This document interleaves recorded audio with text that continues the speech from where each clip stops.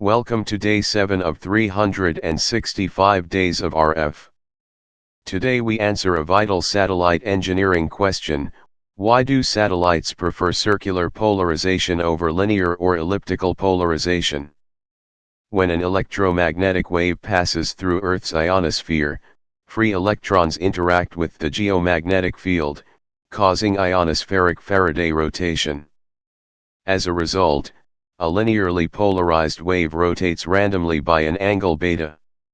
If a ground receiver antenna remains fixed, this rotation creates severe polarization mismatch loss, dropping received signal power to zero. Circular polarization, whether right-hand circular RHCP or left-hand circular LHCP, consists of two equal orthogonal fields phase-shifted by 90 degrees. As a circular wave rotates through the ionosphere, its power density and polarization identity remain 100% intact. Furthermore, circular polarization allows mobile receivers like GPS and Starlink to capture full signal power without motorized mechanical tracking. Finally, RHCP and LHCP are completely orthogonal, allowing satellite operators to double frequency throughput using dual polarization channel reuse.